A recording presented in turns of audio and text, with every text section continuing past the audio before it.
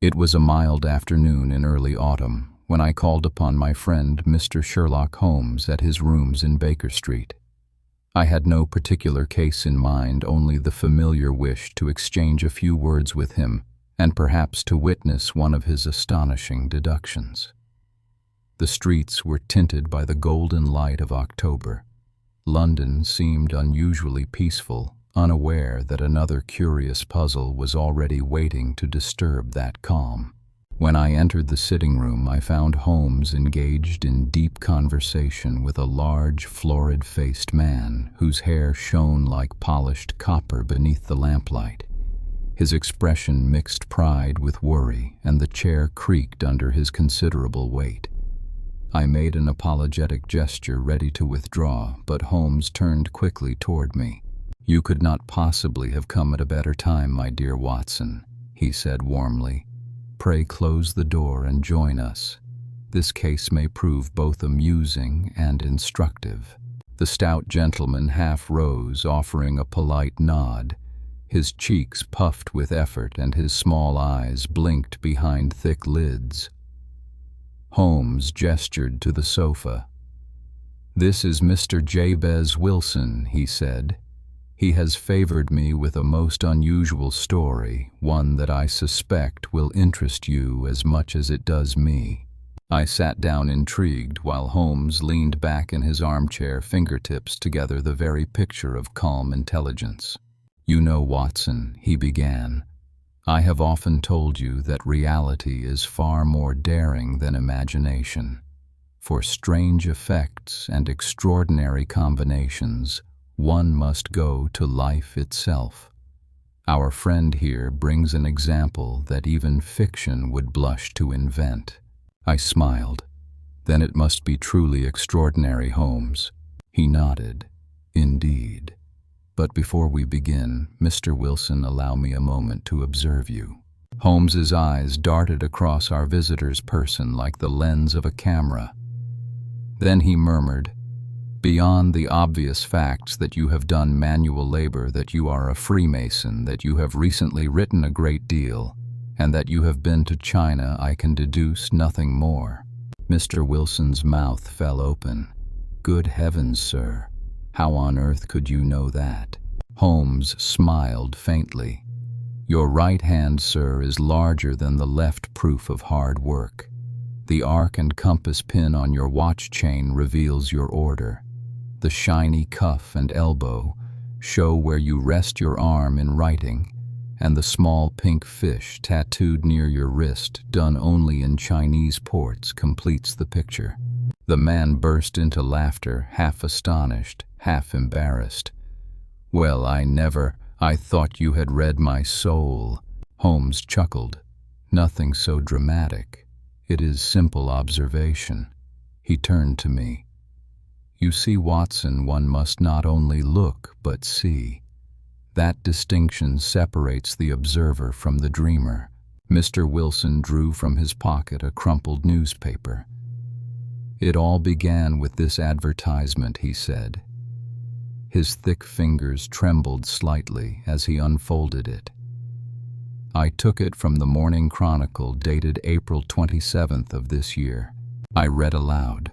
"To the Red-Headed League. On account of the bequest of the late Ezekiah Hopkins of Lebanon, Pennsylvania, USA, there is now another vacancy open which entitles a member of the League to a salary of £4 a week for purely nominal services. All red-headed men who are sound in body and mind and above the age of 21 years are eligible. Apply in person on Monday at 11 o'clock to Duncan Ross at the offices of the League 7, Pope's Court, Fleet Street." I blinked at the absurdity of it. "Surely this is a joke, Holmes." Holmes only smiled. "A joke that pays £4 a week. Watson, is no small jest. Let us hear how our client became involved." Mr. Wilson sighed heavily. "I keep a small pawnbroker's shop in Saxe-Coburg Square. Not much business lately. My assistant Vincent Spaulding, a clever fellow, though a bit too fond of photography, showed me this advertisement. "Why, Mr. Wilson," says he, "I wish I were red-headed. There's easy money for a man with hair like yours." The big man smoothed his fiery curls with obvious pride.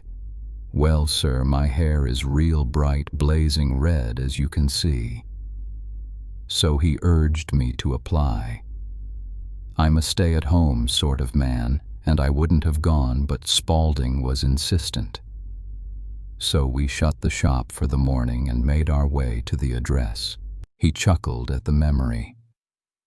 When we arrived, we found Fleet Street full of red-headed men, every shade from orange to brick, and some that were more pink than red. The street looked like a field of poppies in bloom. Holmes's eyes twinkled. A curious sight indeed. They were all there to apply. Wilson continued, but my assistant somehow pushed me through the crowd. Inside, a small man with hair even redder than mine examined me as if I were a prize bull. He tugged my hair hard to make sure it was genuine and then declared me the very man they needed. I was accepted on the spot. And the work I asked. He scratched his head. That's the queer part. I was to copy out the Encyclopedia Britannica 4 hours a day for £4 a week. 10 to 2 Monday to Saturday. If I left the room for even a minute, I would lose my post. Holmes raised an eyebrow. "And you obeyed?" "Indeed I did. For 8 weeks I sat in that dusty office writing away. I filled volumes with A-words, Abbott's, archery architecture, and every Saturday I received my 4 sovereigns in cash. Then this very morning, I arrived to find the door locked and a sign nailed up, 'The Red-Headed League is dissolved.'" He pulled a small card from his coat and handed it to Holmes. The words were printed in thick black ink. Holmes leaned back, steepling his fingers. "A most singular affair," he murmured. "Watson, what do you make of it?" I hesitated. "It seems absurd. A prank, perhaps. Perhaps. But remember, the most absurd things often hide the most practical motives." Here Holmes used one of his favorite expressions. "When you eliminate the impossible, whatever remains, however improbable, must be the truth." He explained to Mr. Wilson and to me that improbable means not likely, but not impossible. In detective reasoning language matters precisely words describe the limits of logic. Holmes smiled faintly. "English. Mr. Wilson, is much like detection. Both depend on knowing what a word does not mean as much as what it does." Mr. Wilson looked puzzled. "I'm afraid I don't follow, sir." Holmes chuckled softly. "Don't worry. Few criminals understand semantics either." The detective then turned his eyes toward the fire. "Now, Mr. Wilson, this assistant of yours, how long has he been with you?" "About a month before the advertisement appeared." "Ah, and he offered to work for half wages, did he not?" "Yes." I couldn't believe my luck. "Nor could he," murmured Holmes. Mr. Wilson frowned. "You think he had a reason?" Holmes did not reply directly. He took his pipe from the mantel and began to fill it slowly. "Tell me," he asked at last, "does he ever spend time in your cellar?" "Constantly. Developing photographs, he says." Holmes's eyes gleamed. "Indeed. How fascinating." He rose abruptly and began pacing the room. "Watson, note that down an assistant who works for half wages has pierced ears and spends long hours in the cellar while his employer is conveniently engaged elsewhere each morning. Curious, is it not?" I nodded, beginning to see the faint outline of a hidden pattern. Holmes turned to our bewildered client. "Mr. Wilson, rest easy. I believe your red-headed league was not a joke, but a tool. Someone wished to keep you out of your shop for reasons yet unknown." Mr. Wilson blinked in confusion. "Keep me out? But why?" Holmes smiled thinly. "That, my dear sir, is precisely what we shall find out." He took his violin case from beside the hearth. "Watson, make a note in your diary. The curious affair of the Red-Headed League begins." And as he drew the bow across the strings, the room filled with a low, thoughtful melody music that seemed to ask a question no one yet could answer. When Mr. Jabez Wilson left our rooms that afternoon, the fog had already begun to gather above Baker Street, dimming the daylight into a golden-gray haze. Holmes stood by the window for a long while, his eyes following the stout figure disappearing into the crowd. He seemed lost in thought, one hand tucked behind his back, the other resting lightly on the window frame. At last he spoke. "Watson, have you ever noticed how the smallest details often hide the largest designs?" "I have," I said. "But in this case I confess myself utterly at sea." He smiled faintly. "Precisely why I enjoy your company. You see, Watson, you represent the ordinary mind, a quality invaluable for testing my theories. To you, this advertisement appears absurd. To me, absurdity is the very signal that reason hides beneath." He turned away from the window and took up his pipe. "I shall now dedicate 1 hour to silent contemplation. If you value your peace, do not interrupt. This is what I call a 3-pipe problem." I had seen this ritual before. Holmes sank into his armchair, folded his long legs under him, and closed his eyes. The smoke curled slowly upward, wreathing his face in soft blue spirals. I busied myself with a newspaper, but could not help watching him. The expression on his face was neither tension nor rest, it was focus, distilled to its purest form. After some 50 minutes, he leapt suddenly to his feet, every line of his figure alive again. "Come, Watson, I have the outlines of the scheme. The rest we shall discover on the ground." "The ground," I repeated. "Yes, Saxe-Coburg Square. We go to see the scene of the crime, if indeed there is a crime." He reached for his coat and hat. "Fetch yours as well, and bring your revolver, my dear fellow. We may find use for it yet." We traveled by underground to Aldersgate, and then walked the rest of the way. London's heart beat heavy around us, the rattle of carriages, the clang of church bells, the distant rumble of carts over cobblestones. As we turned into the little square, the noise fell away, replaced by the echo of our own footsteps.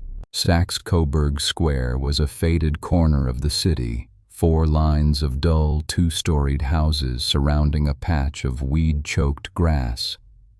A single signboard, cracked and faded, announced Jabez Wilson Pawnbroker. Holmes halted in front of it, surveying the scene with a slow, precise glance, the kind that always made me feel as though the whole world were speaking to him in secret language. He paced along the pavement, his stick tapping softly against the stones. Then, quite suddenly, he struck the ground sharply 2 or 3 times, listening to the echo. "Interesting," he murmured. I asked what he had discovered. "Patience, Watson. Even a whisper of sound can tell a story if one listens with intent. The earth speaks in vibrations much like human deceit." He moved to the shop door and knocked briskly. It was opened almost instantly by a young man, clean-shaven, alert, and unusually polite. "Mr. Wilson is out," said the assistant. "Ah," Holmes replied pleasantly. "No matter. Could you tell me the way to the Strand?" "3rd right, 4th left," the young man said promptly, closing the door at once. Holmes smiled as we walked away. Smart fellow. Very quick answers, perfectly rehearsed. "You suspect him then?" I asked. "I observe him," Holmes replied. "Suspicion is judgment before evidence. Observation is evidence before judgment." We turned the corner into a bustling street lined with shops and banks. Holmes stopped suddenly. "Look about you, Watson. What lies directly behind that square?" I followed his gaze. Across the street stood a fine stone building marked City and Suburban Bank. Holmes's eyes glinted with quiet satisfaction. A pawnbroker's cellar, a nearby bank, an assistant obsessed with photography and cellars. "The pattern begins to take form." "You believe there is a tunnel?" I said softly. He looked at me with genuine pleasure. "Bravo, Watson. You see the light breaking through the fog." We took a small cafe table nearby and ordered coffee. Holmes drew a few lines on the back of an envelope, rough sketches of the square, the bank, and the connecting street. "Consider," he said, "a man of intelligence working for half wages spends hours each day underground while his employer is safely occupied copying an encyclopedia. If that does not whisper conspiracy, I know not what does. But surely," I protested, "such an attempt, a tunnel into a bank, is madness." "Madness, yes," he said, "but methodical.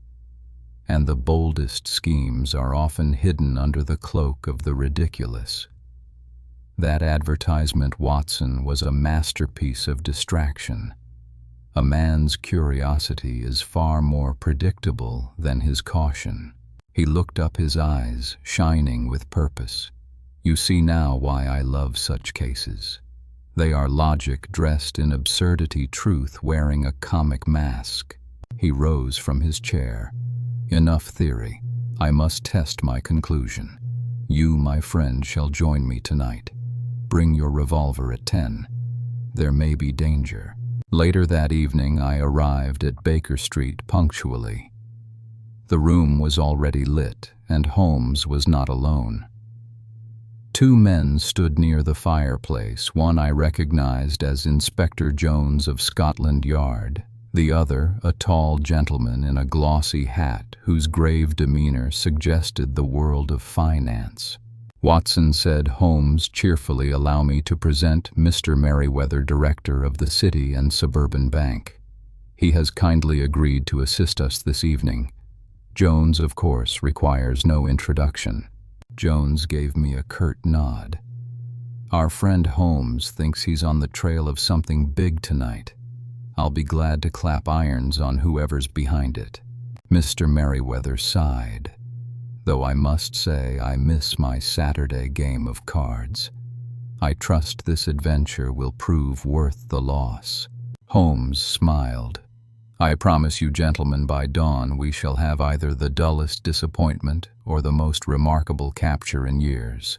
He buttoned his coat, picked up his lantern, and turned to me. "Come, Watson." The curtain rises.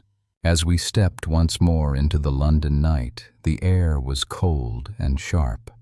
Holmes's eyes gleamed beneath the brim of his hat, and in that instant I understood why criminals feared him, not for his size or strength, but for the calm certainty in his gaze, the look of a man who already knew the truth and was merely walking toward its confirmation.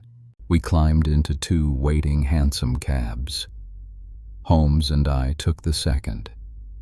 He leaned back, humming softly to himself, the same tune I recalled that he had played on his violin that morning. "Do you know it, Watson?" he asked suddenly. "I do not. It is a German piece by Sarasate," he said. "I find it helps the mind to balance reason with rhythm. Remember, every problem, no matter how complex, has a rhythm of its own. Once you feel it, the solution often reveals itself." He smiled faintly. "Tonight we shall test whether mine is correct."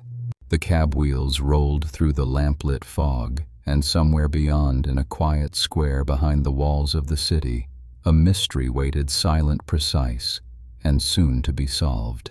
Our hansom cab rattled through the narrow arteries of London, the wheels clattering against the cobblestones like the ticking of a clock counting down to midnight. The gas lamps flickered through the fog, lighting Holmes's sharp profile beside me, calm, calculating, utterly focused. He spoke little during the ride. Every so often he would tap his fingers lightly on his knee in rhythm with the motion of the cab, as though keeping time with some inner logic invisible to the rest of us. When at last the vehicle slowed, I recognized the surroundings. We had arrived near Saxe-Coburg Square once again. Mr. Merriweather led us down a dim passage between two tall buildings, his lantern swinging before him. "This way, gentlemen," he whispered. "The bank's side entrance is here." The iron door creaked open, and we stepped inside. The sound of the city vanished behind us, replaced by the muffled echo of our own movements. A second door led to a flight of stone steps spiraling downward. Each step brought a heavier chill. The air smelled faintly of damp earth and metal. When we reached the bottom, the lantern's glow revealed a vast underground chamber, the bank's vault. Rows of wooden crates and lead-sealed boxes lined the walls like silent sentinels. The ceiling was low and arched, built of heavy stone blocks that had seen centuries of London's dust. Holmes raised the lantern higher, examining the floor. His voice dropped to a whisper. "A perfect lair for the cunning and the desperate," he said. "If I were planning a theft of gold, this is where I'd end my tunnel." Mr. Merriweather tried to laugh, but it came out as a nervous cough. "Surely you don't mean they could actually reach here from Saxe-Coburg Square?" Holmes knelt and pressed his ear against the floor. Then he rapped twice with the handle of his stick. The sound was dull for a moment, and then faintly it rang hollow. He rose slowly, a faint gleam in his eyes. "Ah, just as I thought." Jones frowned. "You mean to say there's a passage beneath us?" Holmes turned toward him with a rare flash of excitement. "Exactly. A tunnel recently dug, judging by the looseness of the air. Our pawnbroker's assistant is no assistant at all, but a craftsman and artist in crime. They've been burrowing under the street for weeks." Mr. Merriweather paled. "Good heavens. Then the gold is their destination," Holmes finished.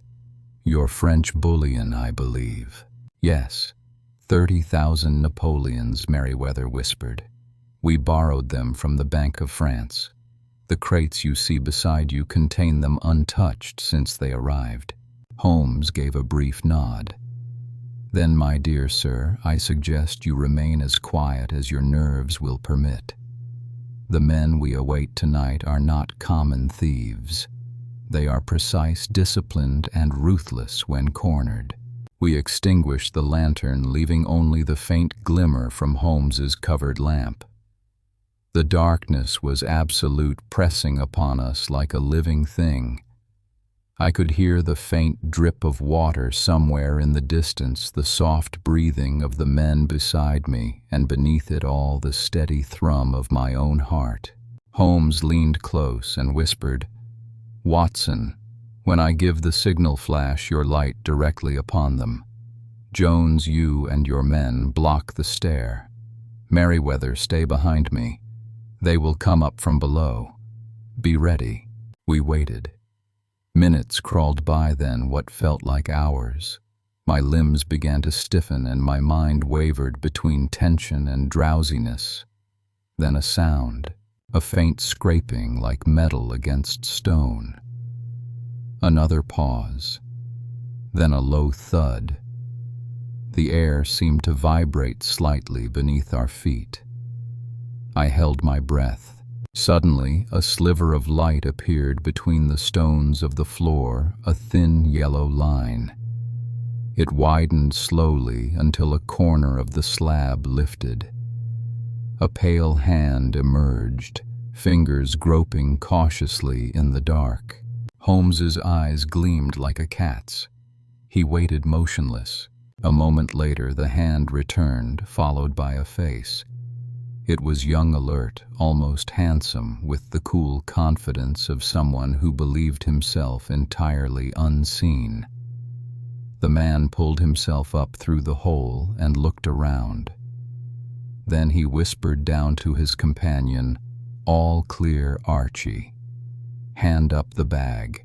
A second figure climbed out, smaller, wiry, with a shock of vivid red hair that gleamed even in the faint light.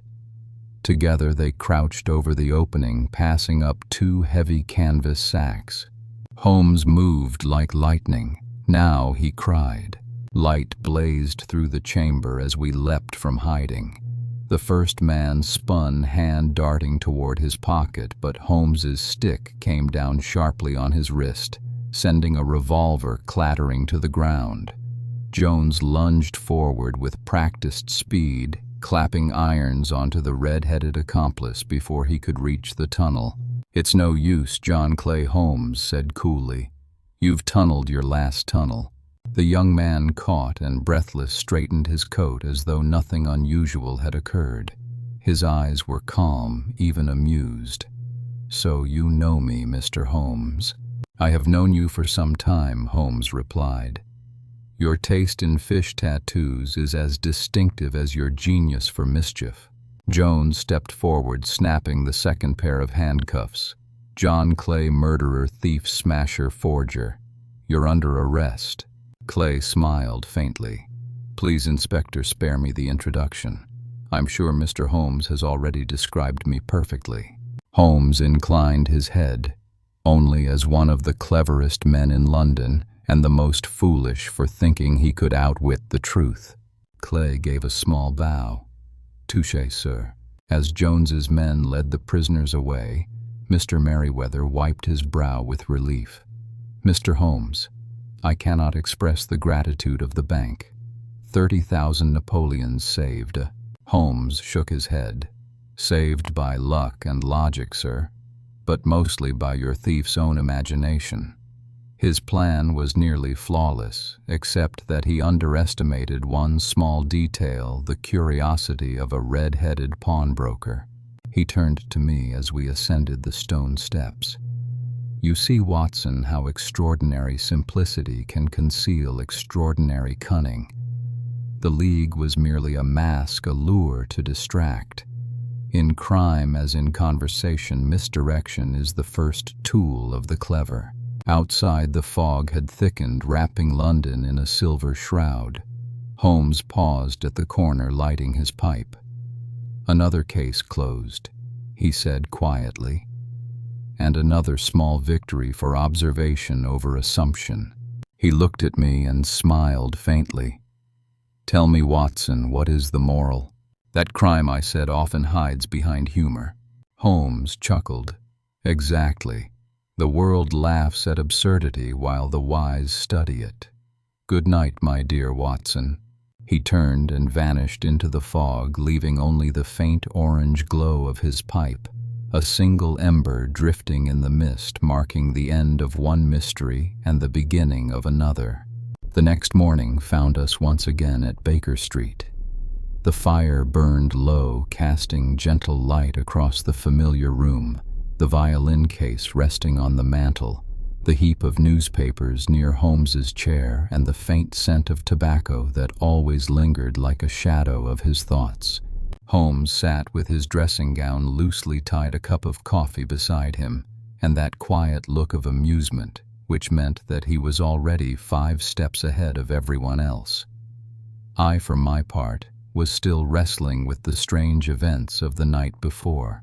"You know, Holmes," I began, "I cannot help thinking that the entire affair of the Red-Headed League was almost comical. A fake society formed only to get one man out of his shop. It seems so elaborate for such a simple goal." Simple Holmes looked up, his eyes sharp. "My dear Watson, that is precisely what made it brilliant. Every great scheme hides behind simplicity. If you wish to fool the world, create something so ridiculous that no one dares to believe it could conceal reason." He rose, walked toward the fireplace, and began pacing slowly. The motion that always signaled his mind was unfolding a lesson. "You see, the League was nothing but a curtain. Clay and his accomplice needed time and silence. To dig a tunnel from the pawnbroker's cellar to the vault of a bank demands both. What better way than to keep the employer occupied elsewhere under the illusion of honest work? I nodded. Still, the method copying an encyclopedia of all things seems extraordinary. Holmes smiled. It was ordinary that made it extraordinary. Crime must not attract notice. The human mind grows suspicious only of what stands out. But if you ask a man to do something perfectly dull, he suspects nothing. The genius of the plan lay in its boredom. He paused to relight his pipe. Observe Watson. Mr. Wilson's task was so tiresome that he never thought to question its purpose. Monotony is often the criminal's best disguise. I watched him thoughtfully. You said last night that you had suspected the truth even before we visited the square. How was that possible? He gave a small shrug. Experience. Patterns repeat, though the masks change. The assistant's behavior was too convenient: half wages, sudden employment, constant work in the cellar. The moment I heard of the League, I knew it must be a diversion.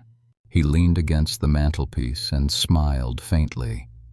In fact, I have come to regard absurd advertisements as warnings.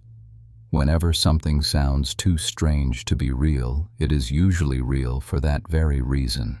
Holmes moved to the window, the morning fog drifting like pale silk beyond the glass. Let me tell you something, Watson.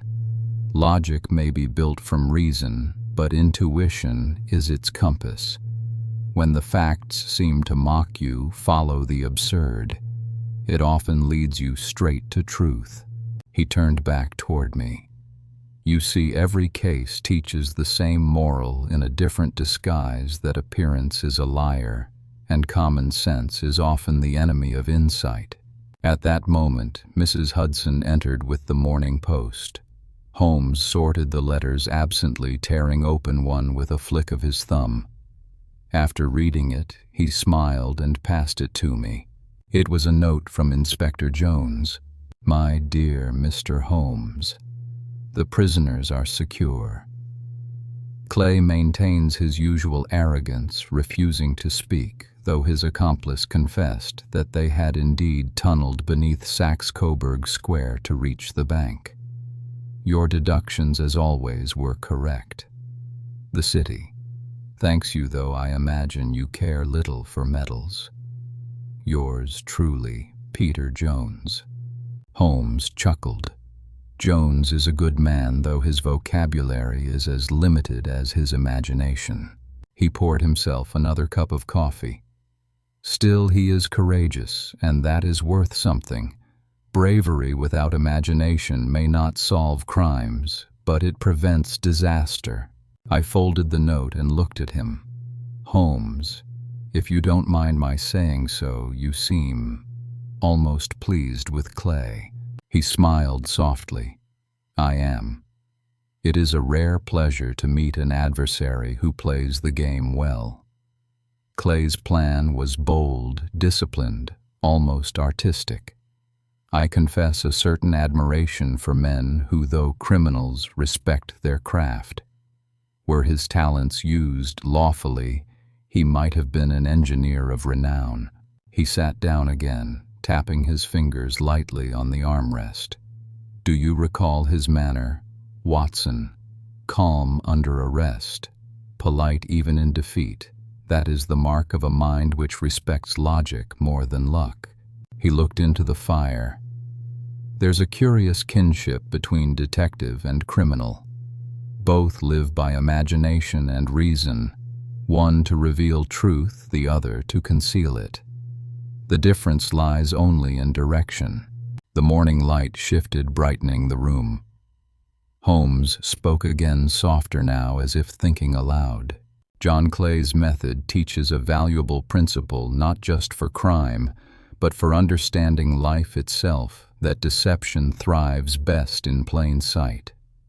The Red-Headed League absurd as it was succeeded for nearly 2 months simply because it was public. Everyone saw it, so no one questioned it. The crowd protects a lie better than secrecy ever could. He gave a faint, knowing smile. It is the same with language, Watson. Words like criminals often hide their meaning behind familiarity. The trick is not to trust what is most obvious. I nodded slowly. You sound almost like a philosopher today. He laughed quietly. Detection is philosophy in motion. To observe is to think. To deduce is to understand how thought deceives itself. He set down his pipe. And now, my dear friend, I believe I shall rest. The case is closed, and the city once again sleeps in safety, at least until the next absurd advertisement crosses a newspaper page. He reclined in his chair, half smiling, eyes half closed. The faint light of morning caught the side of his face, brilliant, serene, and utterly unreadable. For a long time, neither of us spoke. The clock ticked softly. Outside, the muffled wheels of carriages moved on through London's fog, indifferent to the triumph of logic that had once again unfolded behind the quiet windows of Baker Street. I finally rose and took my hat. Until the next adventure, Holmes. He didn't open his eyes, but his voice was clear. There is always a next, Watson. The world is full of mysteries and words waiting to be understood. As I stepped out into the cool London air, I realized that behind every case we solved, Holmes was teaching me something greater than deduction. He was teaching me how to read both men and language as though they were pages from the same book. And like every good story, the last page was never truly the end. A few days passed before the matter of the Red-Headed League finally began to settle in my mind. Life in London had resumed its habitual rhythm, the carriages clattering past Baker Street, the newsboys calling out the latest headlines, and Holmes once again buried beneath an avalanche of papers, clippings, and chemical stains. Yet there was something in him that morning, an energy beneath the stillness, as though his intellect had found a new thread to follow from the ashes of the old case. When I entered, he was standing by the window reading from a newspaper with that familiar gleam in his eyes. "Watson," he said without turning, "have you ever noticed how a single word can betray an entire plan?" I smiled. "In your mouth, Holmes, that sounds almost grammatical." "Indeed it is," he replied, folding the paper neatly. "Grammar and crime, my dear fellow, are cousins. In both, structure is everything. The slightest misplaced element, a verb in the wrong tense, or a man in the wrong place, reveals the truth." He gestured toward the sofa. "Come sit. Let us analyze this affair once more, not as a case, but as a sentence. Every crime you see is a kind of syntax." I sat down, amused but curious. "Go on, Professor Holmes."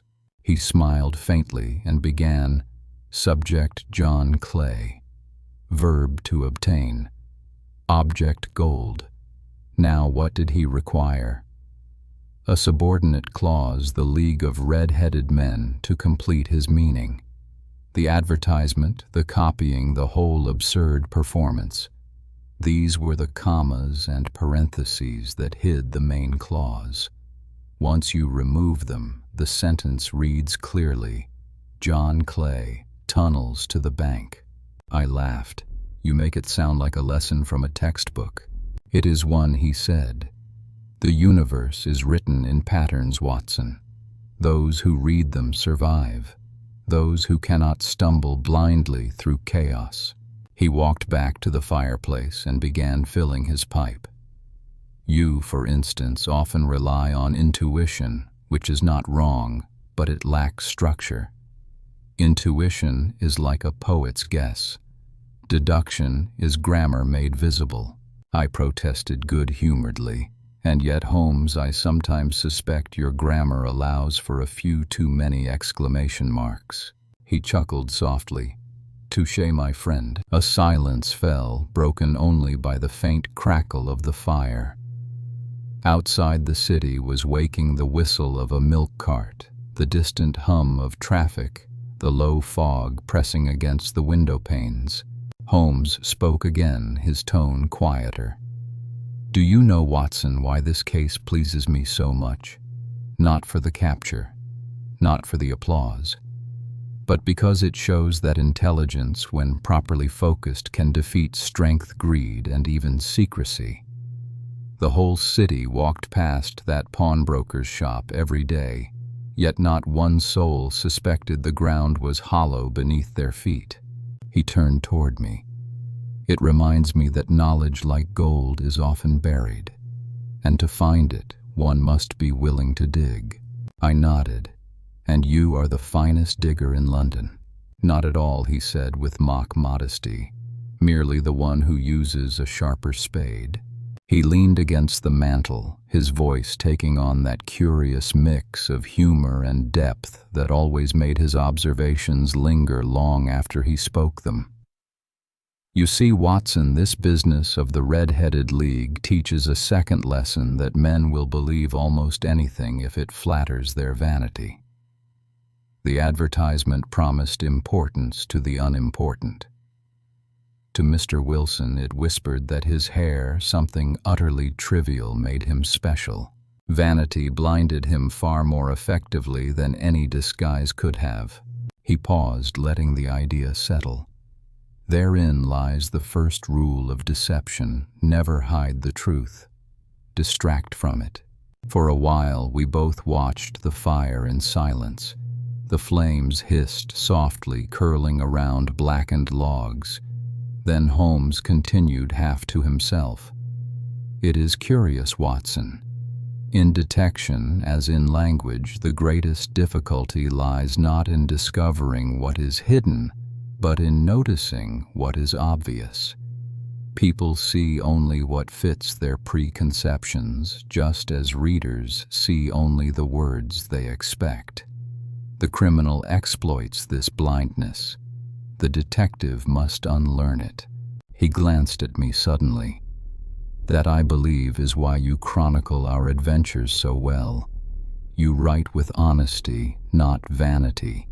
You see what the ordinary reader might see, but you ask questions instead of jumping to answers. That is why your pages instruct as well as entertain." I was taken aback by the compliment. "Holmes, that's the kindest thing you've said to me in years." He smirked. "Then it must be true. I rarely say kind things without reason." There was a knock at the door, and Mrs. Hudson entered with a tray of tea. She glanced at the maps and papers scattered across the table. "Another mystery, Mr. Holmes." "Always, Mrs. Hudson," he said kindly. "Life without puzzles would be as dull as a sentence without verbs." She shook her head, smiling as she left. Holmes poured the tea and handed me a cup.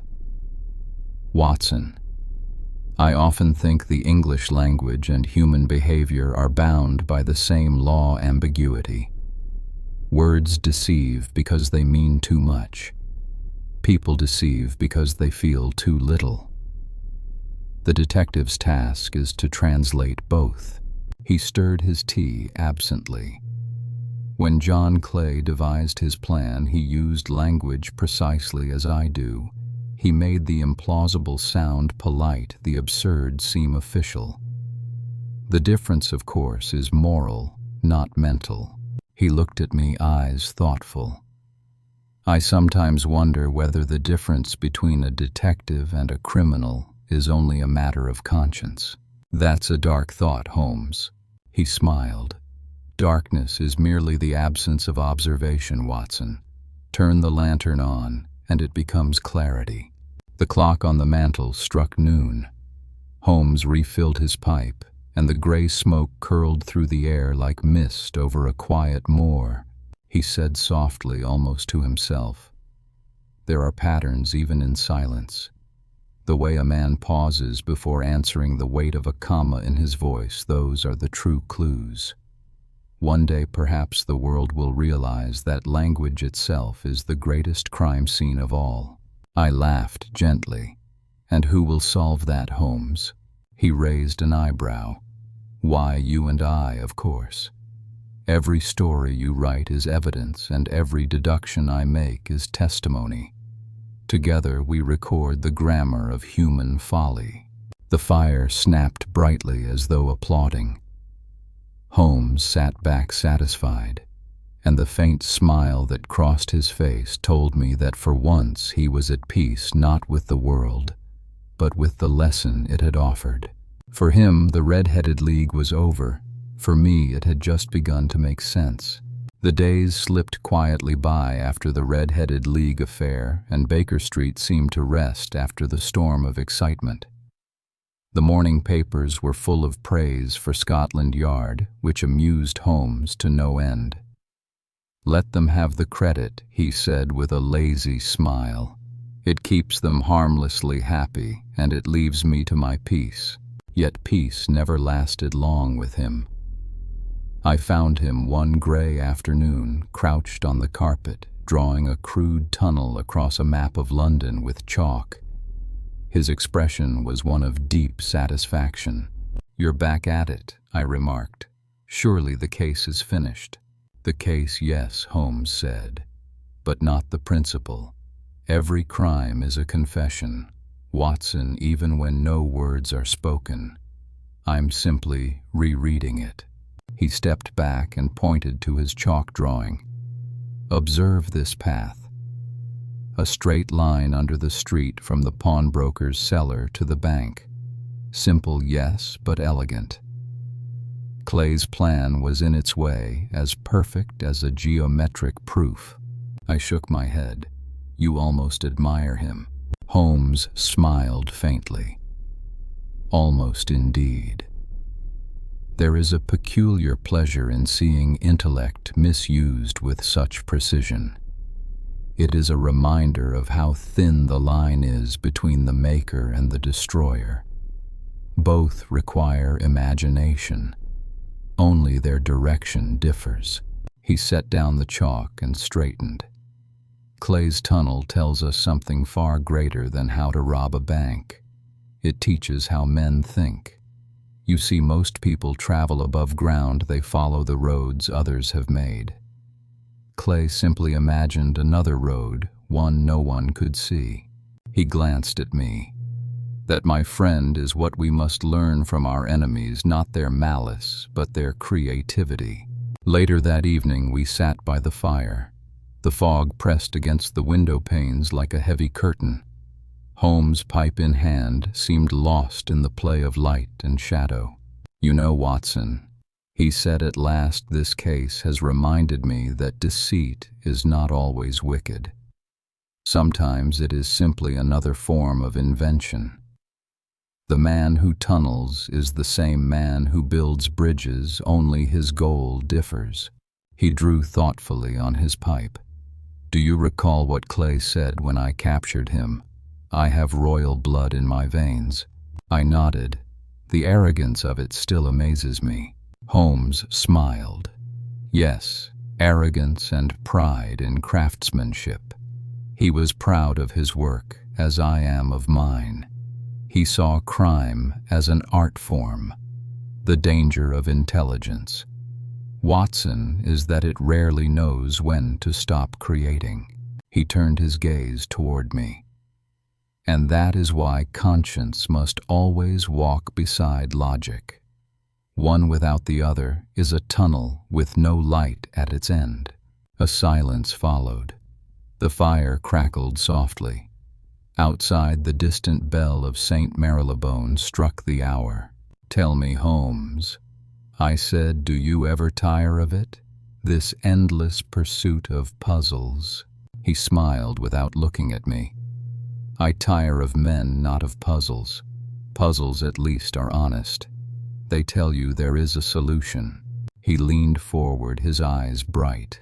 "But men, Watson, men are the real labyrinth. Every lie they tell, every fear they hide adds another turn to the maze.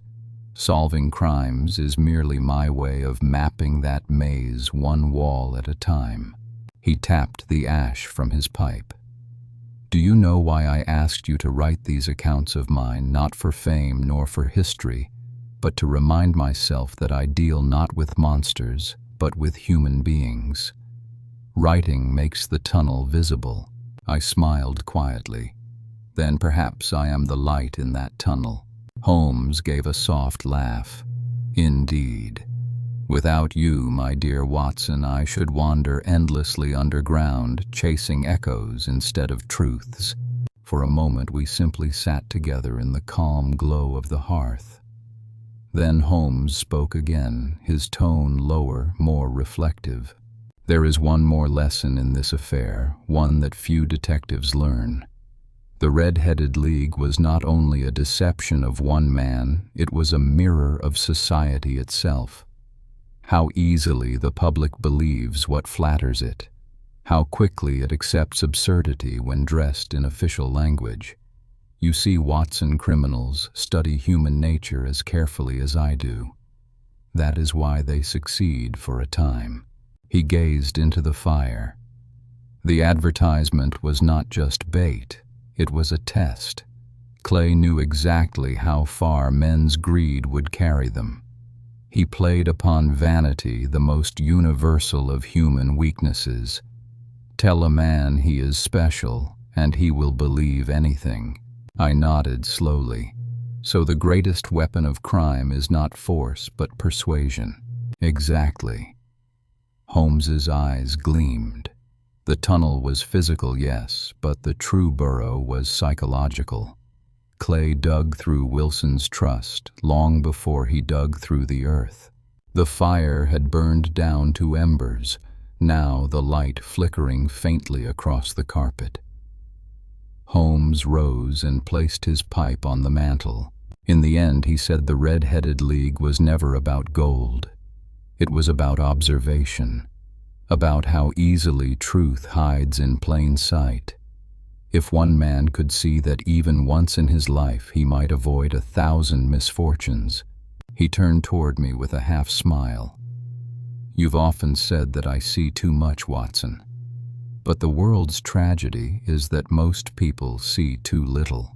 I looked at him, his tall, lean figure outlined against the dying fire, the glint of intelligence in his eyes, and thought not for the first time that he was less a man than an instrument through which the universe revealed its own logic. He stood in silence for a long moment. Then, as if awakening from a dream, he said softly, "Come, my friend. Enough philosophy for one evening. The night grows late, and tomorrow no doubt someone will come knocking with another absurdity. London never sleeps long." He smiled faintly, and neither, it seems, do I. As he turned down the lamp, the last ember of light caught the curve of his profile, calm, sharp, eternal. The tunnel beneath the city was closed, but the one within the human mind remained open, stretching on into darkness, waiting for the next light to find its way through. The following week, Baker Street returned to its gentle chaos. The scratch of Holmes's pen across telegram forms the clutter of maps and chemical vials on the table, and the faint hum of the city drifting through the open window. London, as ever, seemed indifferent to the truths it contained. One afternoon I arrived to find Holmes sitting at his desk, surrounded by scattered letters and envelopes. The faintest smile played on his lips. "Ah, Watson," he said without looking up. "You arrive precisely when the city grows dull. I was beginning to fear I might have to invent a crime merely to stay awake." "You'd make a fine novelist," I replied. He looked up amused. "Perhaps. But unlike novelists, I prefer facts to flourish where imagination begins." He gestured toward a small stack of correspondence.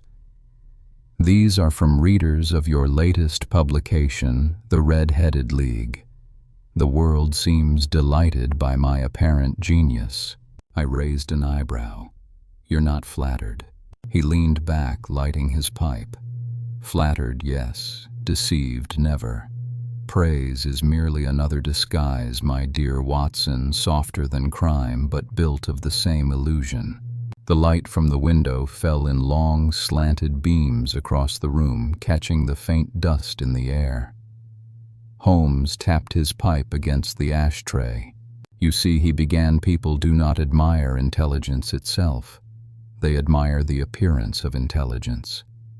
They read of deductions and imagine miracles when in truth it is merely disciplined observation. He rose and began pacing the carpet. Take Mr. Wilson, for example. He was not foolish, only inattentive. He saw everything, but he connected nothing. That is the essence of blindness, to possess sight yet fail to perceive. I nodded. So you mean that seeing is not the same as knowing? Precisely. Observation without reflection is like reading a book without understanding the language. He paused, then smiled faintly. It amuses me, Watson. The world praises my mind as though it were a thing apart, yet it is only a mirror reflecting the same data others ignore. I do not invent, I interpret. The difference between us and the criminal lies not in what we see, but in what we choose to make of it. He sat again, his tone softening. Do you recall the first time we met, Watson? You described me in your notes as a calculating machine. I flushed slightly. I did, yes. It was meant as admiration. He waved a hand. Oh, I know.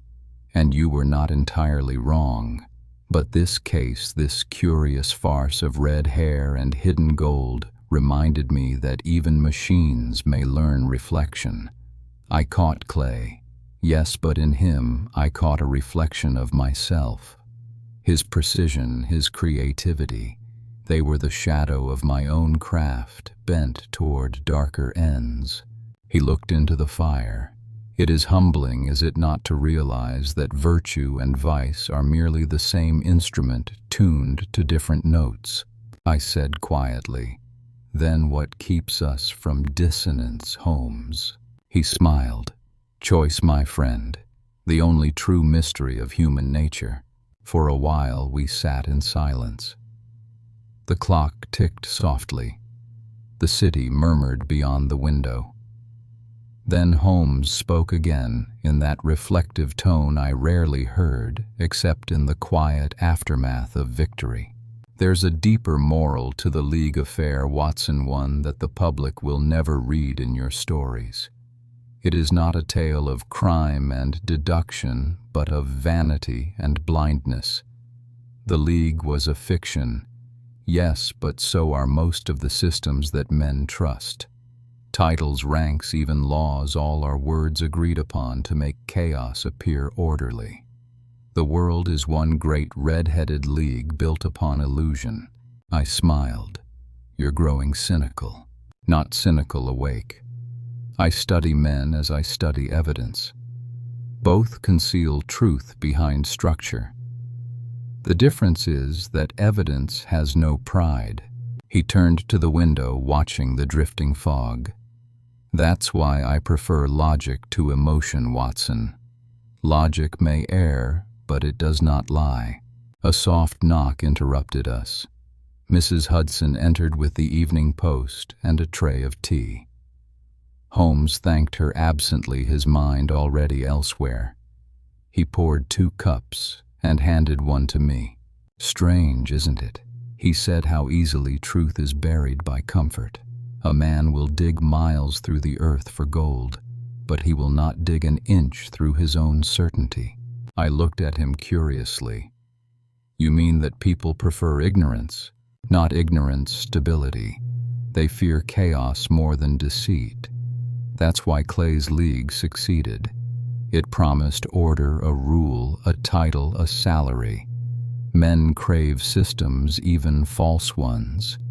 It gives them the illusion that someone somewhere knows what is happening. He smiled wryly. In that sense, deception is the most human of arts. We drank our tea in thoughtful quiet. Outside, the faint rumble of carriage wheels mixed with the occasional cry of a newspaper boy. The city lived and breathed as always, its secrets woven through fog and cobblestone.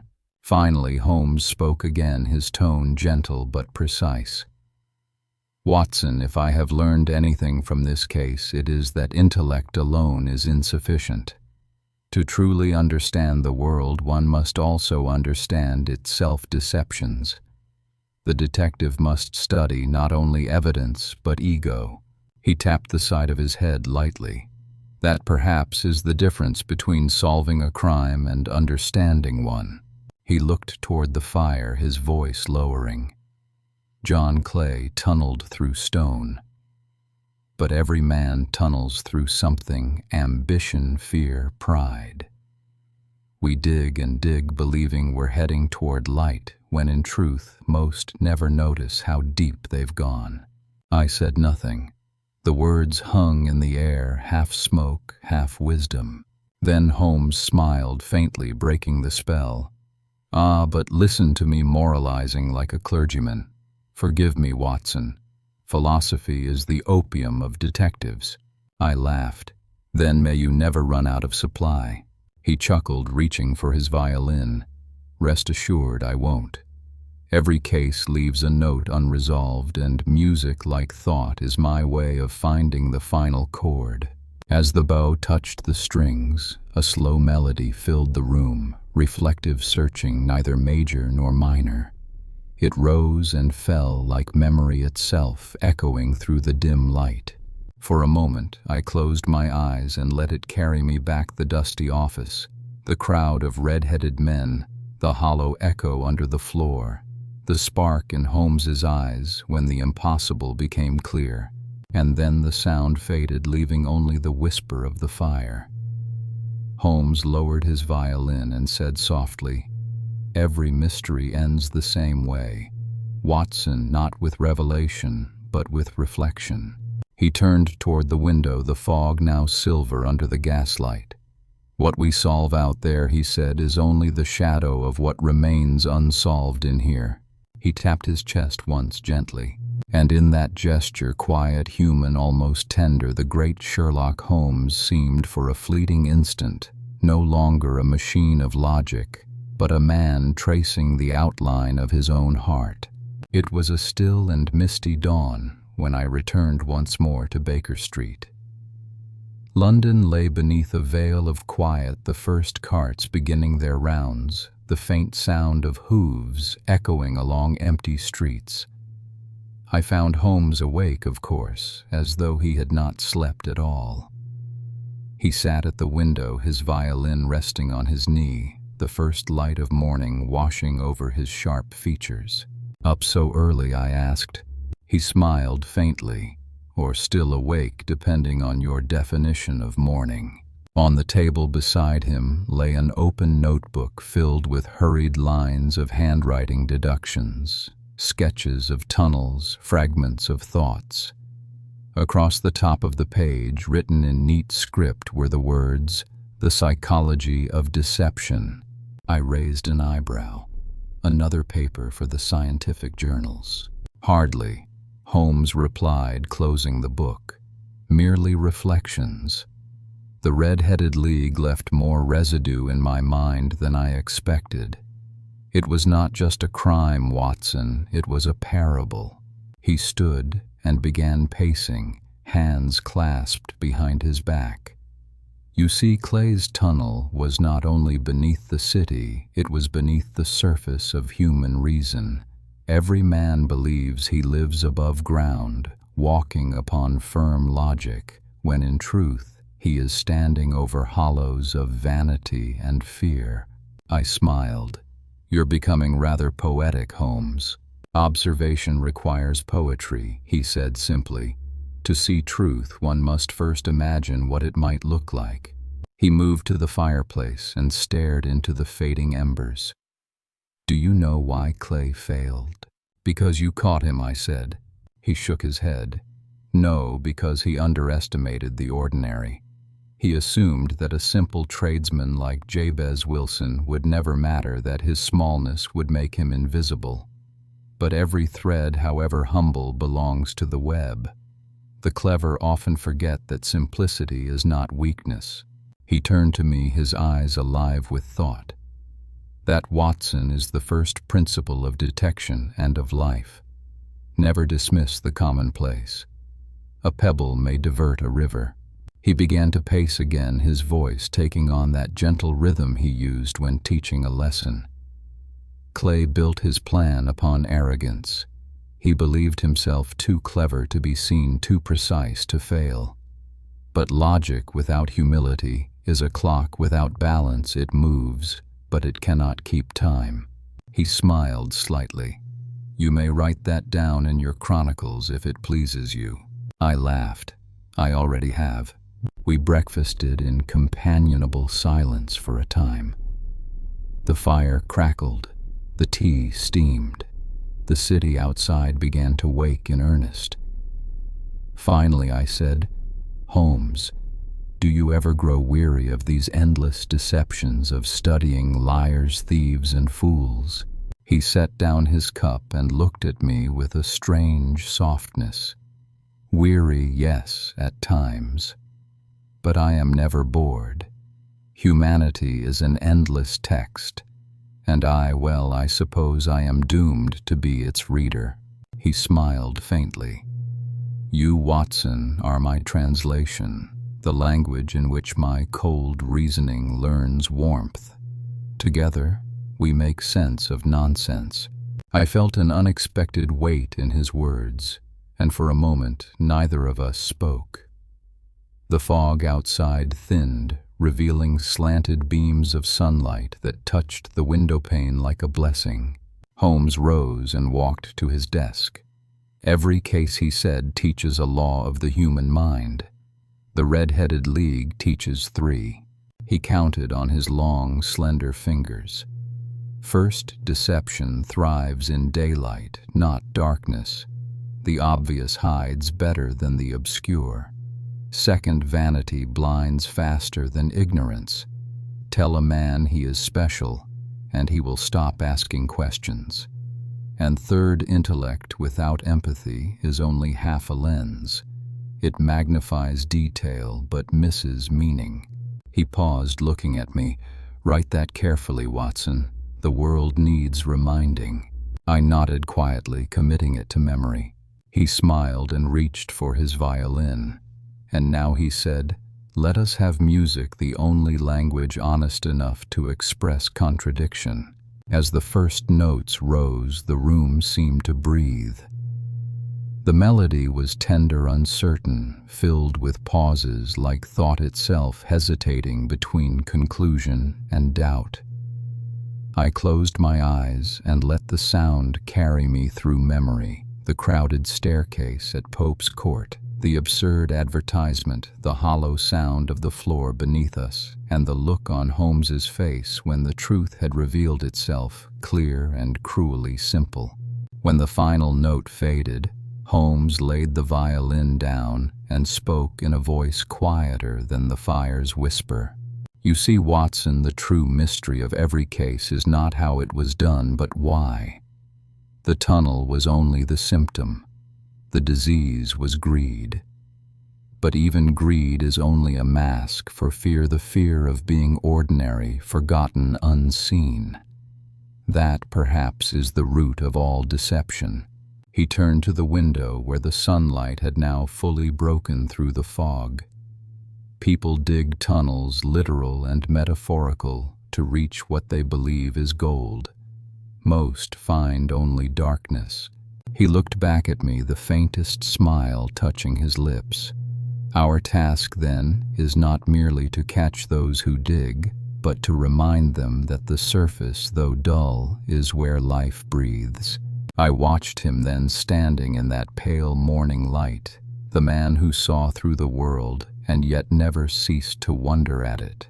Perhaps that was Holmes's truest gift, not his logic nor his precision, but his endless curiosity about the fragile machinery of the human soul. He turned from the window, picked up his pipe, and said with quiet amusement, "Now, my dear Watson, the world will grow dull again.